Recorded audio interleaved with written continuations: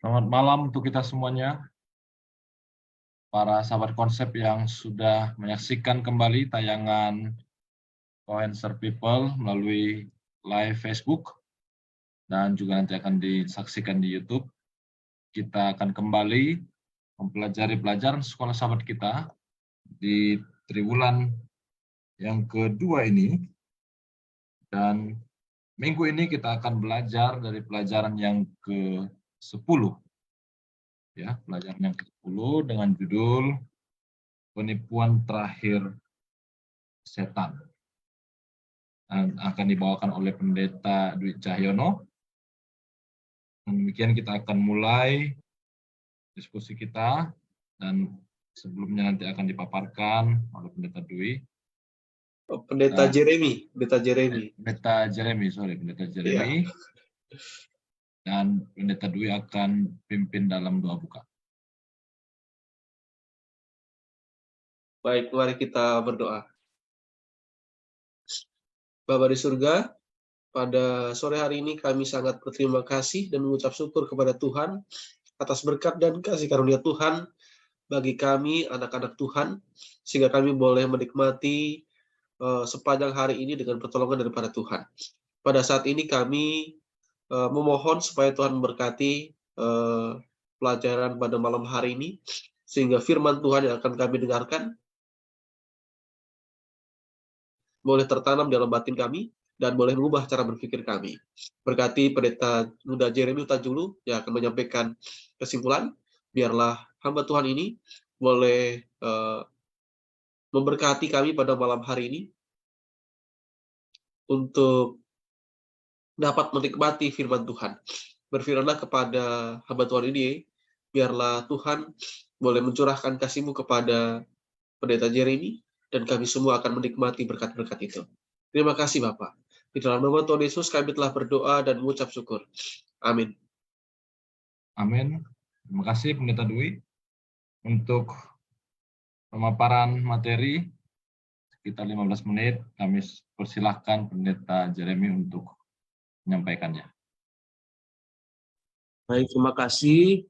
Selamat malam untuk kita semuanya, sahabat-sahabat konsep dimanapun berada. Saat ini saya akan menyampaikan ringkasan dalam pelajaran sepekan, khususnya dalam pekan ke-10 ini, yaitu dengan judul pelajaran Penipuan Terakhir Setan. Mana ayat hafalannya diambil dari Yohanes 17 ayat 17. Firman Tuhan berkata bahwa kuduskanlah mereka dalam kebenaran, firman-Mu adalah kebenaran. Dalam pelajaran sekolah sahabat kita ada beberapa pendahuluan khususnya mengenai kisah yang menyedihkan yang terjadi di Chicago. Ada sebuah seperti tragedi di mana orang-orang di sana tiba-tiba sakit parah, dan juga bahkan ada yang merenggut nyawa. Disebabkan karena mereka mengonsumsi kapsul Tylenol yang diharapkan ini sebagai obat, tapi ternyata mengandung potasium sianida. Sehingga orang-orang yang mengonsumsinya bukannya sehat, justru malah sakit, dan begitu membuat ketakutan di hati warga Chicago. Dan ternyata setelah dilihat itu ada kandungan potasium sianida, dan sampai berikut-berikutnya tidak tahu siapa yang melakukan itu. Ini membawa kita kepada kisah sepanjang satu pekan ini, di mana kitab Wahyu mengingatkan tentang peristiwa yang akan terjadi mengenai ramuan anggur Babel yang mematikan, di mana ada doktrin ataupun ajaran palsu yang dapat membawa kepada kebinasaan. Mana doktrin ajaran ini diharapkan membawa kesembuhan, awalnya baik, namun makin lama-kelamaan menunjukkan warna aslinya bahwa itu bukanlah dari Tuhan. Dan akan anggur palsu ini, akan anggur Babel ini, Alkitab Tuhan menyatakan kepada kita ada penawar dari ajaran palsu tersebut, yaitu pekabaran 3 malaikat. Pekabaran yang selama 1 triwulan ini kita pelajari bersama.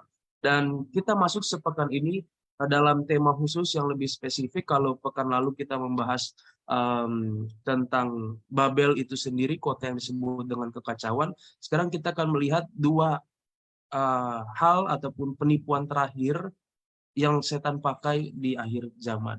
Yang kita lihat pertama, jalan yang terlihat benar di mata manusia. Di mana disampaikan bahwa akan muncul Mesias, nabi palsu, yang mengadakan mujizat untuk menyesatkan orang dari seluruh penjuru bumi. Nah, mujizat-mujizat ini dikatakan juga bahwa di dalam Wahyu 12 ayat 9 ada naga besar yang pergi menyesatkan seluruh dunia. Di mana tadi ayat-ayat tadi yang mengadakan mujizat itu mereka harap supaya bisa menyesatkan orang-orang, umat-umat Tuhan dari seluruh penjuru bumi. Di sini diharapkan bahwa orang-orang yang melihat mujizat itu, tanda-tanda yang hebat, hal-hal yang supernatural yang dilakukan, itu dapat menarik hati manusia sehingga orang-orang yang mengikuti hati nurani mereka sendiri, ternyata mereka mendapati apa yang mereka ikuti, ternyata hal-hal yang bertentangan dengan firman Tuhan, hal-hal yang salah yang justru dapat membawa mereka kepada kebinasaan.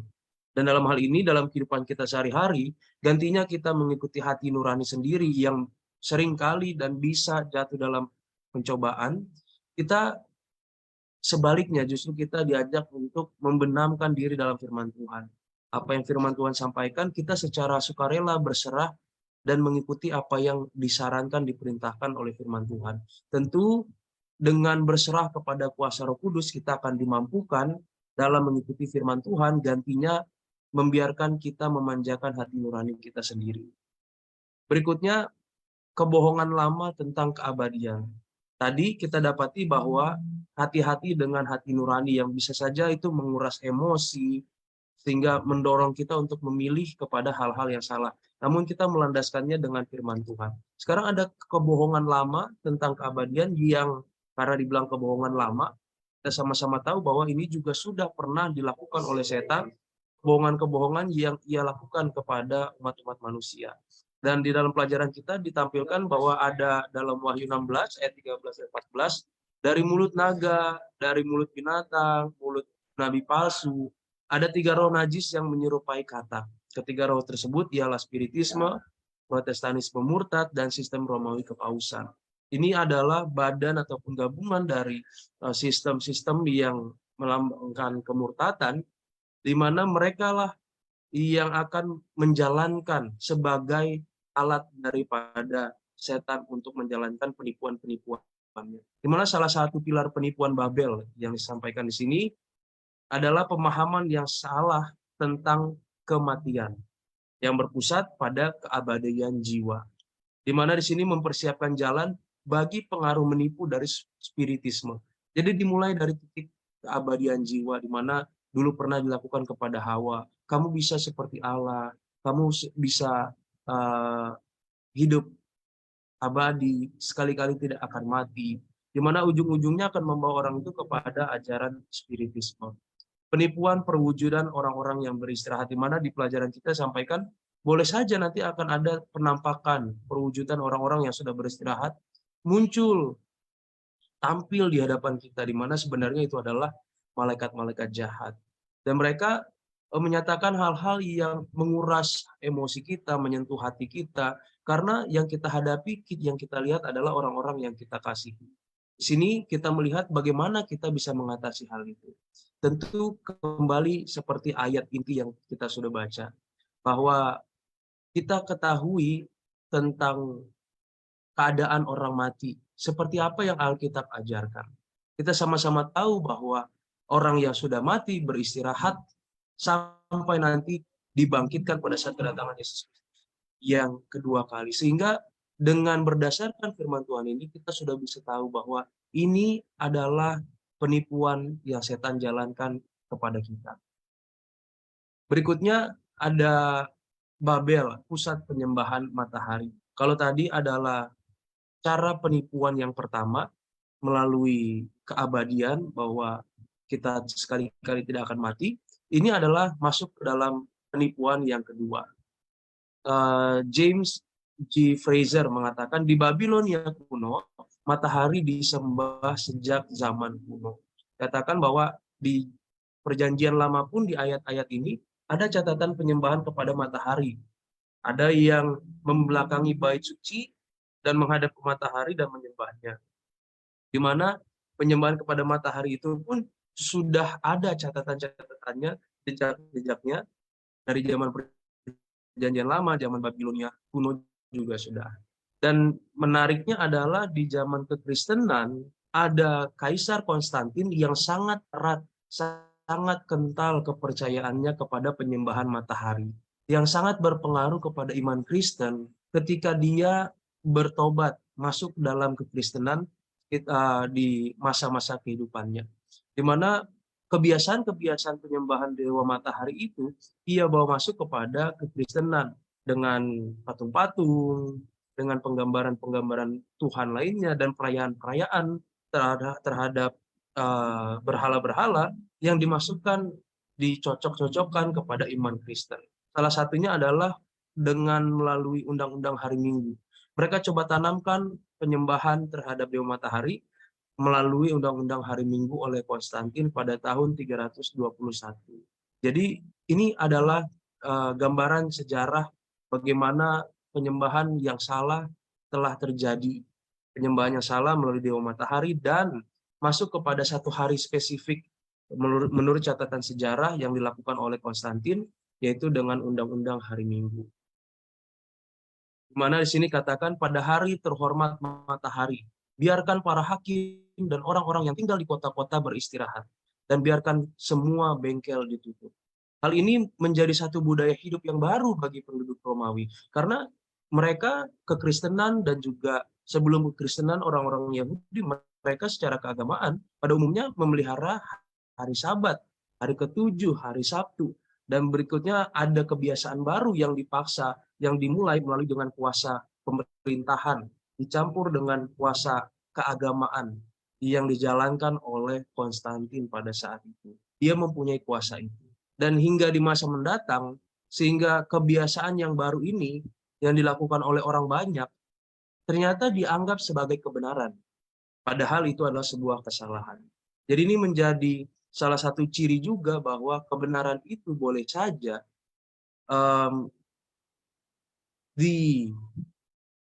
tidak dilakukan oleh orang yang jumlahnya banyak. Boleh saja kesalahan dilakukan oleh orang yang jumlahnya banyak.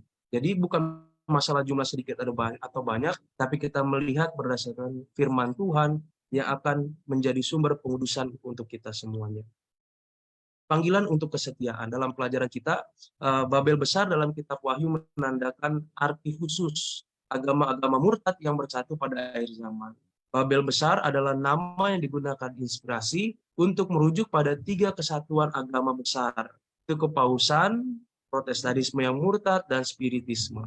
Istilah Babel mengacu pada organisasi itu sendiri, jadi merujuk pada organisasi itu, sistemnya, bukan kepada para anggota-anggota yang ada di dalamnya. Oleh sebab itu, panggilan ini disampaikan kepada seluruh umat-umat Allah yang masih berada di luar kandangnya, dan ternyata ada di dalam kandang-kandang yang bukan kandangnya Yesus. Yesus memanggil dengan panggilan untuk menjalankan kesetiaan terhadap firman Tuhan. Domba-dombanya akan mengenal suara tuannya. Domba-dombanya akan tahu di mana kandangnya. Bagaimana mereka bisa tahu? Melalui firman Tuhan yang dengan setia, dengan hati yang tulus mereka selalu ikuti dan mereka selalu pelajari. Dalam Yeskiel 20 ayat 1-20 digambarkan tentang panggilan untuk keluar dari penyembahan berhala, di mana panggilan utamanya adalah mengikuti perintah Tuhan, mengikuti firman Tuhan. Ketika secara menyeluruh sudah diusahakan untuk mengikuti firman Tuhan, maka akan muncul satu tanda. Tanda ini akan dilihat oleh orang banyak bahwa mereka menyembah Tuhan yang benar dengan cara yang benar. Apakah tandanya? Tandanya adalah penurutan dalam pengudusan hari Sabat Allah. Inilah menjadi panggilan Tuhan kepada semua umat-umatnya yang masih di luar kandangnya untuk menjalankan pengudusan hari Sabat Allah. Dan akan panggilan ini Tuhan memberikan kuat kuasanya melalui kasih karunia-Nya untuk ketaatan. Ada perempuan yang memakai kain ungu dan dia menunggangi binatang merah, di mana perempuan itu melambangkan gereja, binatang itu sendiri kita tahu melambangkan kerajaan atau kuasa pemerintahan. Jadi akan ada campuran kuasa ini, keagamaan dengan pemerintahan, yang akan membawa anggur yang palsu atau doktrin yang palsu. Di dalam Review and Herald dituliskan apa anggur yang palsu itu adalah doktrin yang palsu, yaitu sabat yang palsu yang digunakan untuk mengganti sabat dari perintah keempat, hukum yang keempat, dan juga tentang sifat keabadian jiwa. Itulah yang dijalankan oleh kuasa ini.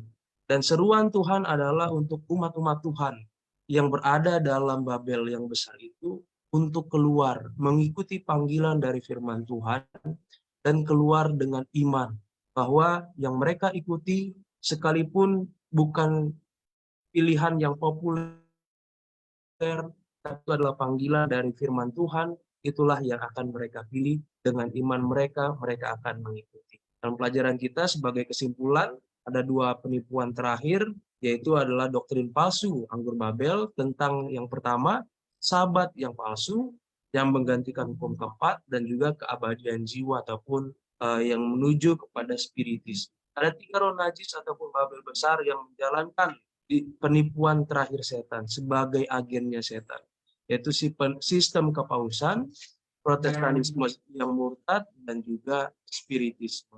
Tuhan memanggil umatnya yang masih dalam Babel yang besar itu untuk keluar dengan iman kepada Tuhan dan firman-Nya yang akan menguduskan mereka.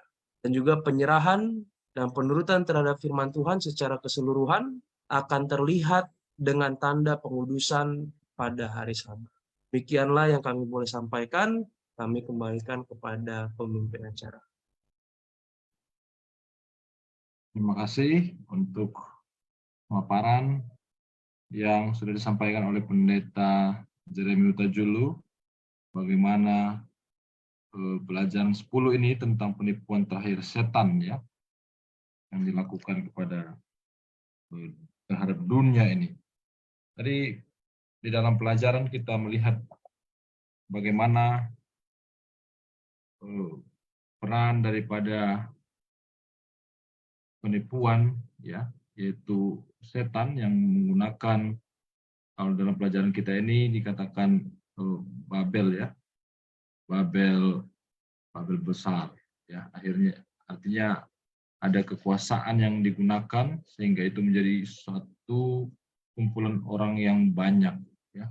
Nah, ada satu pertanyaan di sini Pendeta Jeremy, kira-kira apa yang menjadi hal yang sangat diperlukan oleh manusia sekarang ini, di mana ada penipuan yang dilakukan oleh setan terhadap dunia, ya, sehingga banyak orang yang akan binasa.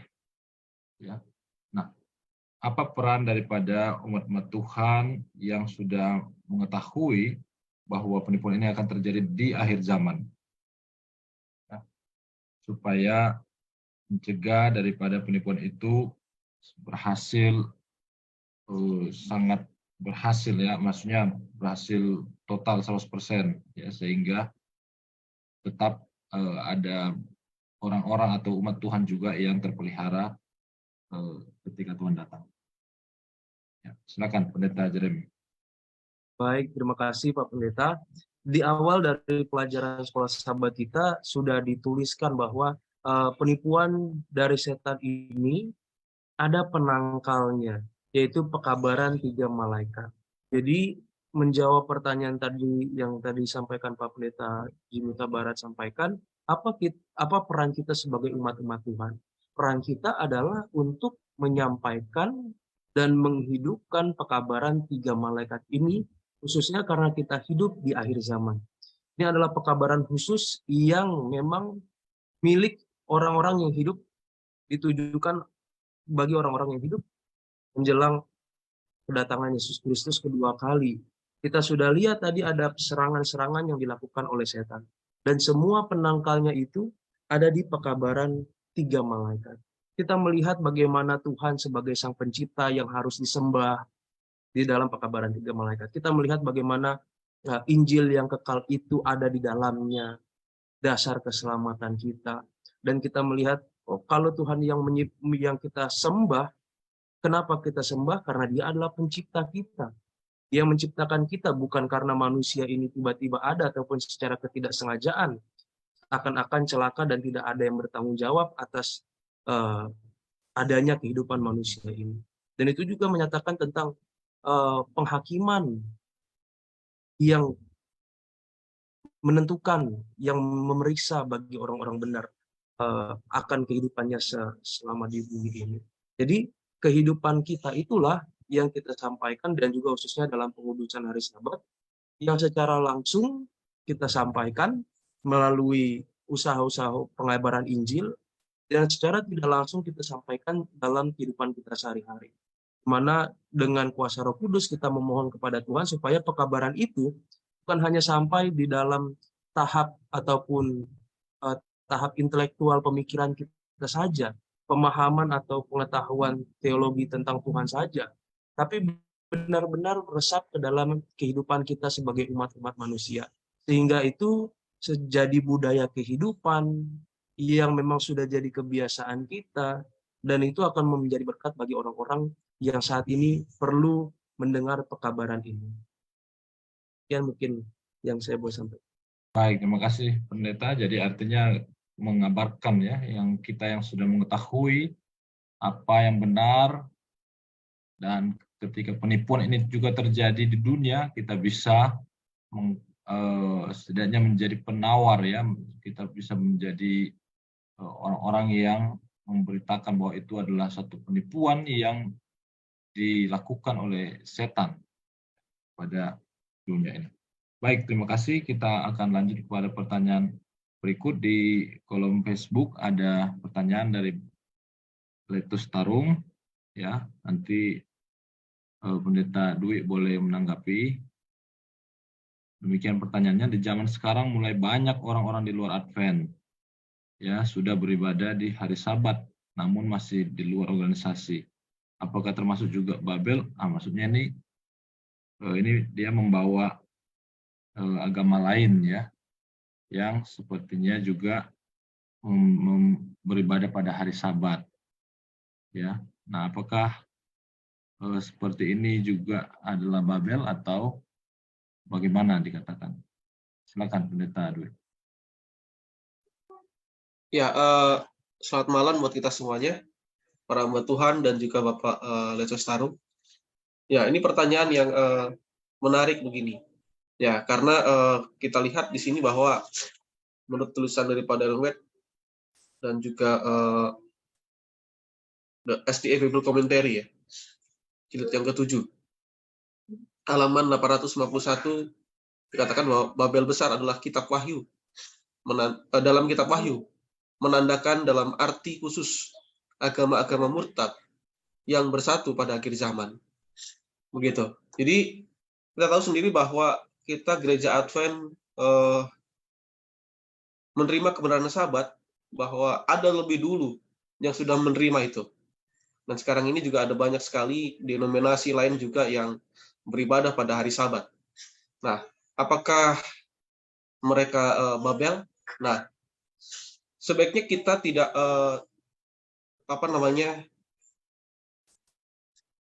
tidak terdorong untuk menghakimi mereka, tergoda untuk menghakimi mereka. Ya, karena kita tidak tahu persis bahwa umat sisa Tuhan, ya, umat sisa Tuhan itu ada di mana-mana sekarang ini. Ada di dalam agama apapun, Tuhan punya umat sisa di sana. Ya, tidak hanya di Advent saja. Ya, jangan-jangan Advent ini juga ada. Jangan-jangan di Advent ini adalah semuanya, tidak semuanya umat yang sisa. Begitu. Ada umat yang sisa di antara yang sisa.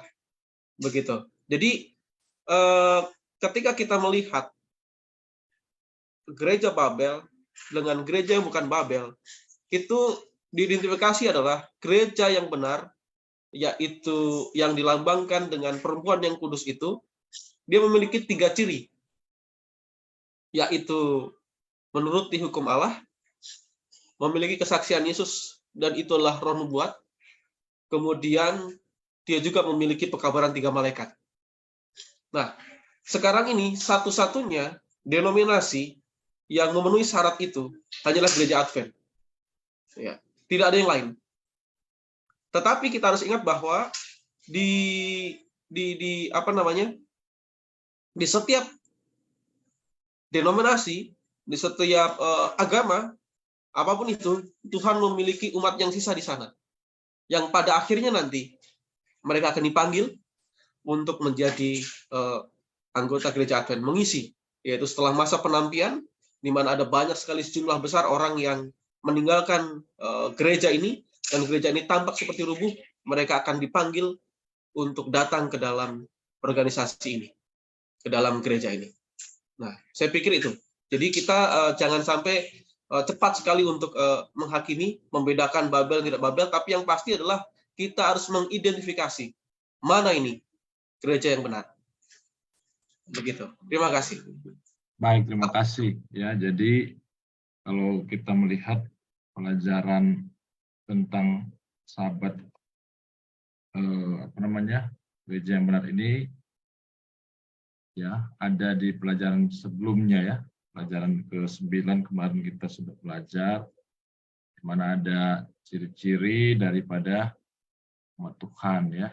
Wahyu pasal yang ke-14, ya, ayat 12, menuruti perintah-perintah dan memiliki kesaksian, lalu kemudian Wahyu 12 ayat 17 yang memiliki iman, ya. Namun di sini ada Pendeta Pardosi juga yang sekiranya mungkin bisa memberikan tambahan juga, Sir. Silakan, Sir. Baik, selamat malam. Salam jumpa kembali sama sahabat konsep. Suara saya terdengar ini? Malam terdengar, Sir. Silakan lanjut. Baiklah, terima kasih. Jadi pertentangan di akhir zaman itu pusatnya adalah tentang siapa yang mau disembah. Siapa yang mau disembah itu terkait juga kepada cara kita menyembah, bagaimana kita menyembah, dan di hari apa kita menyembah. Semua hari itu sama. 24 jam, setiap hari itu ada berkat Tuhan, betul. Tetapi Tuhan menetapkan satu hari di mana kita, umat-umatnya, atau yang diciptakan olehnya, mengingat dia sebagai pencipta. Dan itu dimulai dalam cerita penciptaan. Ini jika seseorang memahami tentang Alkitab, kebenaran yang disampaikan dalam Alkitab. Puncaknya ini adalah pertentangan tentang hari peribadatan dan siapa yang mau disembah. Nah, ketika kita berbicara tentang ada juga kepercayaan atau agama-agama, mungkin sesama Kristen juga yang memelihara hari Sabat. Ya, puji Tuhan lah kalau ada agama-agama yang memelihara hari Sabat juga di luar gereja Masehi ke-7. Namun dalam Wahyu 12 itu dikatakan ada ciri-ciri tentang perempuan yang diserang oleh setan. Ciri-cirinya itu di akhir zaman, maka ada beberapa. Nah, kalau ditelusuri sepanjang buku Wahyu, itu paling tidak ada 10 ciri-cirinya. Gereja yang diserang oleh binatang di Wahyu 13, yang diserang oleh naga, dan juga di Wahyu pasal 12 dengan ciri-cirinya itu ada matahari dan ada bulan. Matahari adalah kebenaran firman Tuhan, ya. Itulah perjanjian baru, sementara bulan itu adalah pantulan daripada terang matahari, itulah perjanjian lama. Jadi salah satu ciri gereja yang benar itulah mendasarkan kepada ajaran perjanjian lama dan perjanjian baru. Ya, Sabat itu ada di perjanjian lama dan dituliskan di perjanjian baru. Ciri-ciri yang lain adalah menuruti hukum Allah. Hukum Allah itu ya perintah Tuhan dari nomor 1 sampai nomor 10. Di situ kita dilarang untuk menyembah selain Tuhan, menyembah patung yang walaupun itu mungkin disebut sebagai patung Tuhan atau patung orang suci, itu tetap tidak diizinkan atau dilarang dalam Alkitab. Nah, bila mana ada gereja-gereja di luar gereja Advent yang memelihara hari Sabat, ya, sebagai sederhananya saja adalah agama Yahudi juga mereka berhari Sabat. Tetapi bukan hanya berhari Sabat, tetapi apakah dia menerima Yesus Kristus sebagai juru selamatnya, atau apakah dia menuruti seluruh perintah Tuhan, ya. Nah, itu perlu dilihat baik-baik. Ya, sehingga kita boleh melihat bahwa gereja ini memang dia menguduskan hari Sabat, tetapi apakah seluruh kebenaran perjanjian lama perjanjian baru itu diikuti di dalam ajaran gereja itu atau tidak? Nah, kita diberikan apa? Hikmat dari sorga untuk melihat, untuk menilai sesuai dengan apa yang kita bisa baca, kita pelajari dari ajaran-ajaran dari gereja-gereja yang khususnya juga memelihara hari Sabat. Terima kasih banyak. Baik, terima kasih, Sir. Jadi tadi disampaikan oleh Sir Pardosi bahwa tidak hanya hari Sabat ya. Hari Sabat merupakan salah satu dari kriteria, tetapi ada kemudian setidaknya ada 10 dalam kitab Wahyu yang harus kita ketahui sebagai kriteria dari umat Tuhan yang diserang oleh naga itu. Baik, kita ke pertanyaan berikut, nanti akan ditanggapi oleh Pendeta Jeremy. Nah, di sini ada pertanyaan, ya, saya akan bacakan. Mengapa pemahaman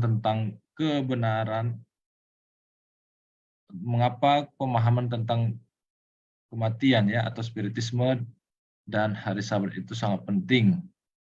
Apa sebenarnya kaitan antara keduanya? Ya.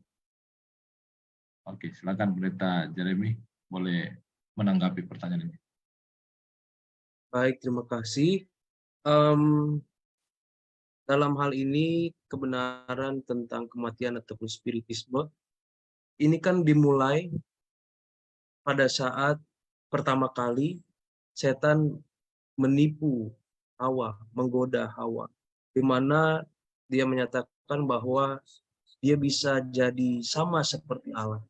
Dan disitulah titik di mana permasalahannya, di mana dia menganggap bahwa setan menggoda Hawa untuk ragu kepada Tuhan.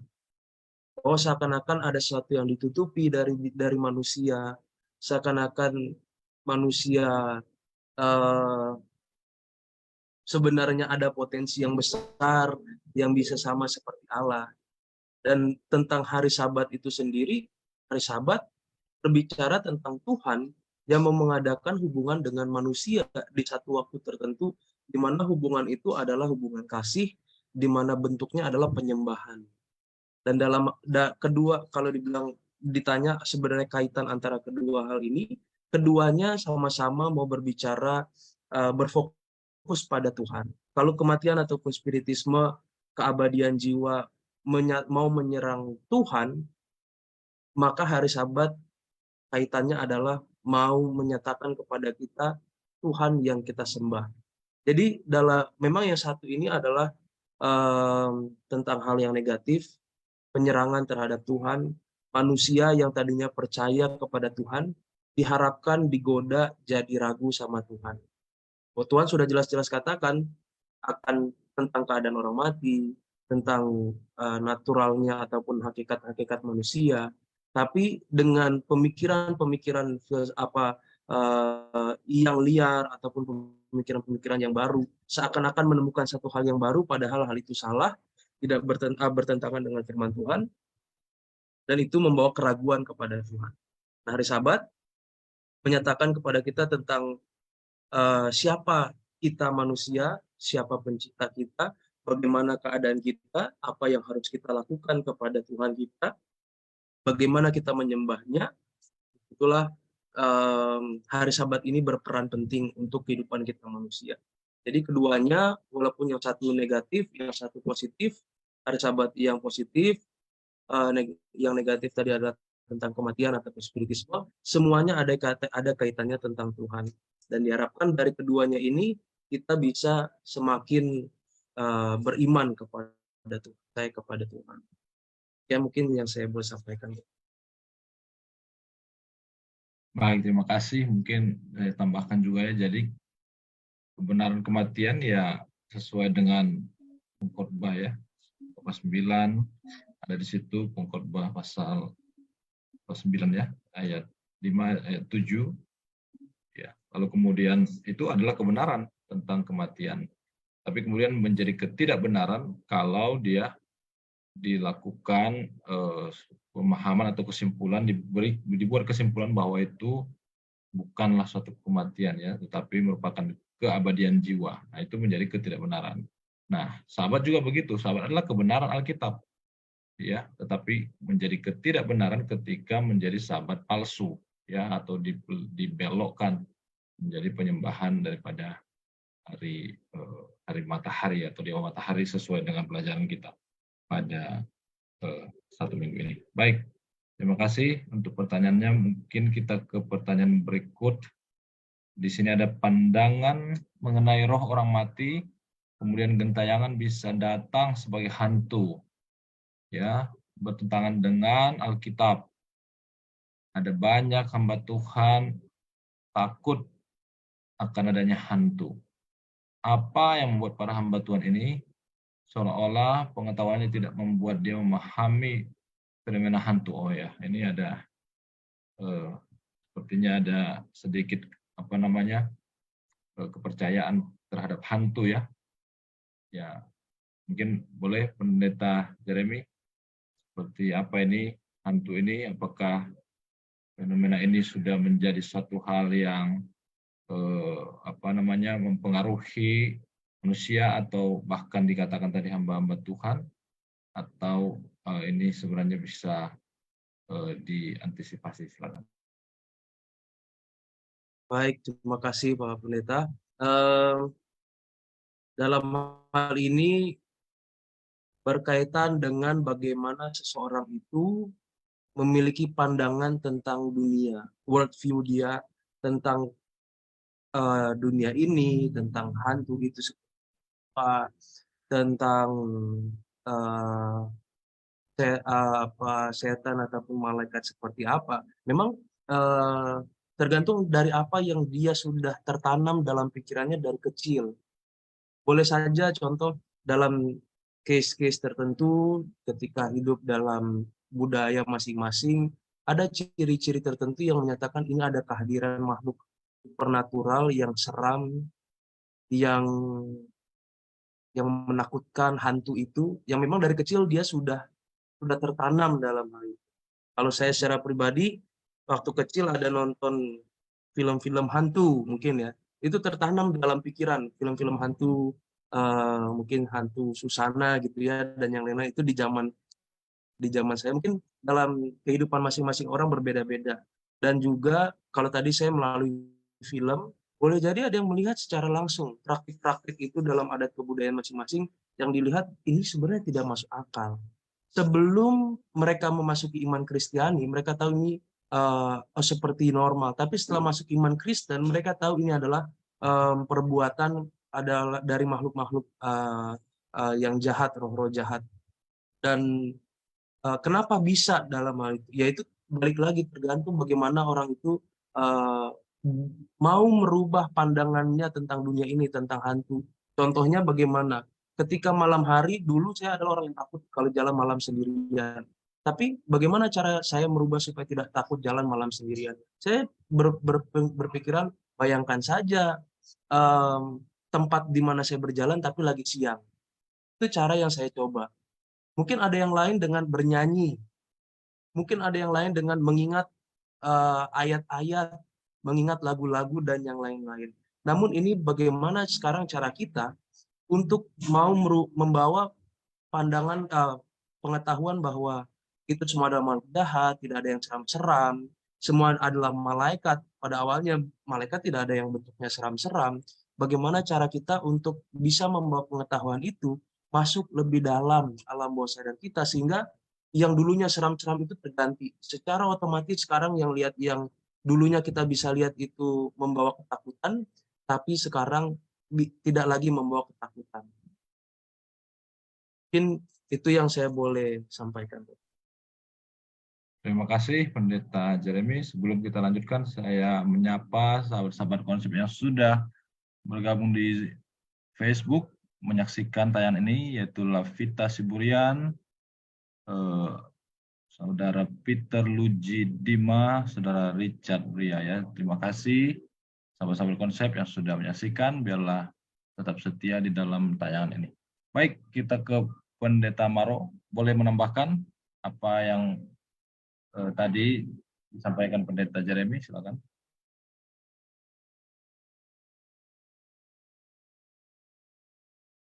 Oke, mungkin masalah di sinyal. Pendeta Dwi, ada yang mau disampaikan? Silakan. Iya, saya mau menambahkan. Ini dua hal yang saya pikir sangat menarik dari dua pertanyaan tadi. Ya, mengapa pemahaman tentang kebenaran kematian atau spiritisme dan hari Sabat ini sangat penting. Ya, kita bisa melihat ya berapa banyak sekarang ini denominasi agama yang mempercayai bahwa orang mati itu tidak tahu apa-apa. Ya, saya pikir hanya kita-kita saja. Sebagian besar mereka mempercayai bahwa orang mati itu yang mati tubuhnya saja, tapi rohnya itu kekal.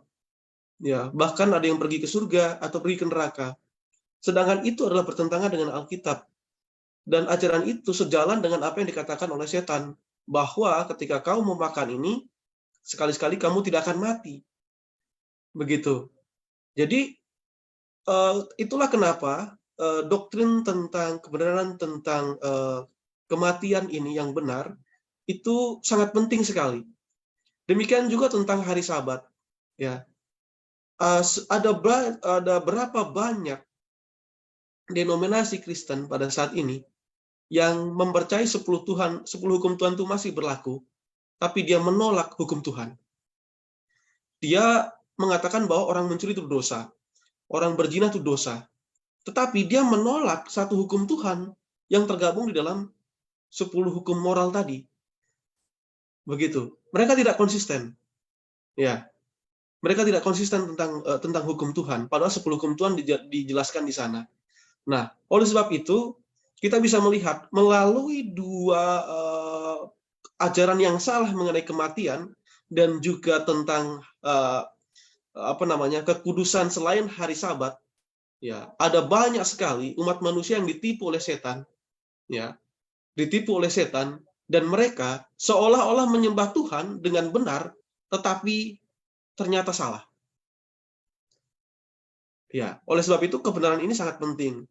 Begitu. Yang kedua, nah ini masalah aplikasi tentang doktrin. Karena gini, kita kan sudah percaya, hampir semua orang Advent itu percaya bahwa orang mati itu nggak bisa apa-apa. Ya, kalau ada hantu itu adalah tadi seperti dijelaskan oleh Pendeta Jeremy, itu adalah setan yang tadinya itu adalah malaikat Tuhan yang jatuh. Tapi kita bisa menemui bahwa kadang-kadang di sebuah gereja misalnya, aduh, di sini ada penampakan. Ya, tolong kasih Alkitab itu di setiap sudut-sudut di bangku-bangku itu dan sebagainya. Ya, lain sebagainya. Aduh. Terus mungkin kita pernah ketemu dengan orang Advent yang indigo juga katanya. Dia nggak mau keluar dari rumah kalau sudah malam karena apa? Takut kalau dia kamar mandi ada lihat kenampakan. Nah, suster ngesot lah atau genderuwo lah atau apa yang muka jelek-jelek begitu. Dia ditipu oleh setan. Karena apa? Setan kan dikatakan tadi dia ganteng kan gitu. Dia ganteng dan cantik. Tapi dia muncul dengan situasi dengan gambar yang jelek yang menyeramkan begitu. Nah, artinya bahwa di sini masalah aplikasi seperti dijelaskan oleh Pendeta Jeremy. Biarlah apa yang sudah kita percaya itu harus membuat kita merubah cara berpikir kita dan cara pandang kita tentang segala sesuatu yang terjadi di dunia. Dan ya, marilah kita hentikan nonton film-film horor itu. ya, terus marilah kita hentikan itu ajaran nenek moyang kita tentang hantu-hantu itu dan lingkungan kita tentang hantu-hantu itu. Kalau ada yang bilang di situ ada kenampakan, mari kita datang ke tempat itu. Kayak gitu. Kalau ada yang bilang di situ tempat itu angker, mari kita datang ke tempat itu untuk berdoa. Kayak gitu. Barangkali ada rumah yang dibilang angker, ada hantunya, kita beli itu. Kan harganya lebih murah biasanya. Ya, kita doakan di sana. Ya, biarlah Tuhan bersama-sama dengan kita dan iblis tidak akan dapat menyentuh kita. Baik, itu saja mungkin teman saya. Terima kasih. Oke, baik. Terima kasih Pendeta Dwi Cahyono. Mungkin Pendeta Amaro ada mau disampaikan, silakan. Baik, hanya sedikit saya menambahkan. Jadi pelajaran kita ini memang sangat menarik sekali bagi kita untuk kaji mendalam. Disinilah sebagai dasar bagaimana kita menaruh iman kita duduk pada satu dudukan yang benar, yaitu berdasarkan oleh firman. Sebabnya kan ayat inti yang kita pelajari ini, kuduskanlah mereka dalam kebenaran, firman-Mu adalah kebenaran. Jadi segala sesuatu yang kita yakini itu haruslah memiliki sebuah dasar yang benar, yaitu kebenaran datang dari firman Tuhan. Bukan karena tradisi, bukan karena kata orang, dan bukan karena sebuah budaya atau lain sebagainya. Karena semuanya itu harus diselidiki dan semuanya itu harus diuji dengan firman Tuhan. Karena kalau kita hanya terima berdasarkan tradisi atau kebiasaan, maka kita tidak bisa lagi hidup kudus sebagaimana yang adalah doa Yesus agar kita hidup kudus, dikuduskan oleh firman Tuhan yang hidup di dalam iman kita. Nah, masuknya segala hal-hal yang membuat iman kita menjadi tidak kudus atau hidup kita tidak kudus itu karena beberapa banyak mungkin dari mimbar yang diajarkan sebuah ajaran yang mungkin tidak berdasarkan firman Tuhan, atau juga di ruang-ruang kelas, atau juga dari apa yang ditonton. Itu bisa masuk semua ajaran-ajaran atau segala tipu-tipuan setan yang menjadi sebuah keyakinan yang diterima oleh manusia ataupun orang-orang pada zaman ini. Sebabnya kita perlu untuk berhati-hati dan mengetahui bagaimana setan terus bekerja untuk menipu kita semua agar kita kehilangan kehidupan kekal yang Tuhan sudah siapkan. Mari kita sama-sama untuk memiliki hidup kudus berdasarkan kebenaran yang datang dari Tuhan. Itu saja, terima kasih. Terima kasih Pendeta Parositorus. Baik, sebelum kita closing ke Pendeta Jeremy, Pendeta Serpandosi, apa bisa memberikan tanggapan sekaligus closing?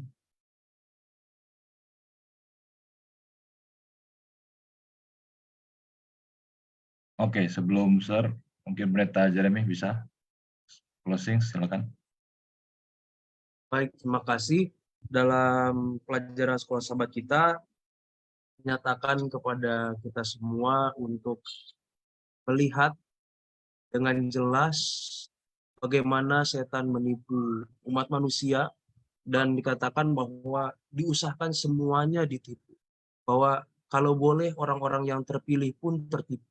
Jadi ini sebuah panggilan untuk kita untuk tidak berlengah atau menganggap diri sudah aman.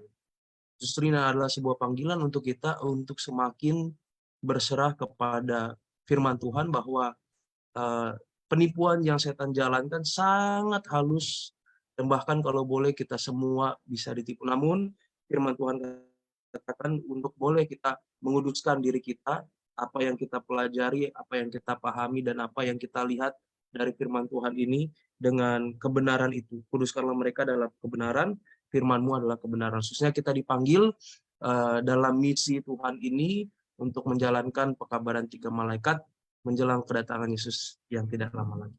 Terima kasih. Baik, terima kasih. Pendeta Jeremy, mungkin ada yang mau disampaikan, Sir, sebagai closing. Silakan, Sir. Baik, terima kasih ya. Jadi penyesatan yang setan buat itu sangat halus. Makanya tadi dalam awalnya itu kan ada di satu tempat orang minum obat, ternyata dalam obat itu racun rupanya. Sehingga tidak sadar bahwa banyak korban. Jadi kita perlu hikmat akal budi, Roh Kudus menuntun hati pikiran kita sehingga kita bisa memahami penipuan setan itu apa dan di mana sekarang sedang terjadi. Karena kalau tidak maka kita akan tertipu seperti Hawa di Taman Eden. Dia tertipu. Dia pikir dia tidak akan mati memakan buah pengetahuan baik dan jahat. Padahal akhirnya mati. Bukan hanya mati kematian pertama, tapi juga akan mati selama-lamanya jika tidak ada jalan keselamatan yang Yesus siapkan melalui kematian Yesus di mana di kayu salib. Jadi perlu untuk kita belajar Alkitab agar kita bisa mengetahui model cara penipuan setan yang sangat halus. Mungkin hampir tidak bisa dibedakan antara yang benar dan yang salah. Tetapi kalau kita mengandalkan Roh Tuhan, hikmat dari sorga, maka kita akan bisa diselamatkan dari penipuan setan. Terima kasih banyak. Amin. Terima kasih, Sir. Kiranya Tuhan berkati kita semua yang sudah mengikuti tayangan ini dan juga diskusi, dan kita dapat memahami pelajaran ini dengan baik, sehingga bisa juga kita sampaikan kepada orang lain yang juga ada di tempat di mana kita berada. Kita akan tutup dengan doa tutup. Silakan Pendeta Parositorus untuk memimpin dalam doa. Baik, mari kita bersatu dalam doa. Tuhan kami di surga, terima kasih satu kesempatan bagi kami menyelidiki firman Tuhan, berdiskusi sama-sama, memahami kebenaran yang Tuhan telah berikan agar kami terhindar dari penipuan setan yang ada sejak dulu kala, sekarang bahkan nanti hingga akhir zaman. Berikan kepada kami Tuhan kesungguh-sungguhan dalam hati kami melalui kuasa Roh Kudus Tuhan untuk benar-benar dapat terhindar dari penipuan-penipuan setan, agar kami Tuhan tahu akan apa yang Tuhan kehendaki dalam hidup kami. Sering sama kami datang untuk menyembah Engkau sebagai Allah yang telah menciptakan kami. Berkati kami semua Tuhan, seluruh sahabat konsep yang telah mengikuti akan tayangan ini.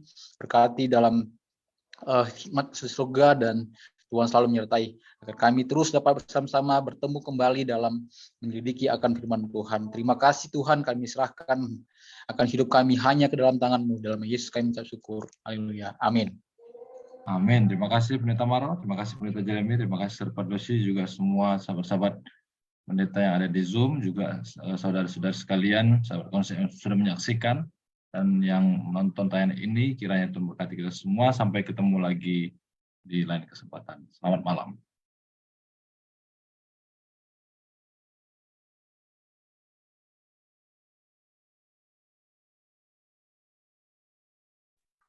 Pendeta Jimmy boleh di stop live streaming.